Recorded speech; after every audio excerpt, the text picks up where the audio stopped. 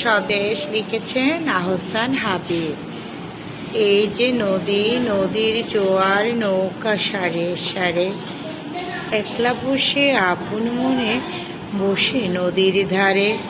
এই ছবিটি চেনা। আমার এই শিক্ষার্থী কিন্তু কথা বলতে পারে না, কিন্তু সে আমি যেভাবে করে পড়াই সে সেভাবে পড়তে পারে, চেষ্টা করে ওর মতো করে পড়তে। খুব সুন্দর হয়েছে, সুন্দর হয়েছে। আবার একটু পড়ো।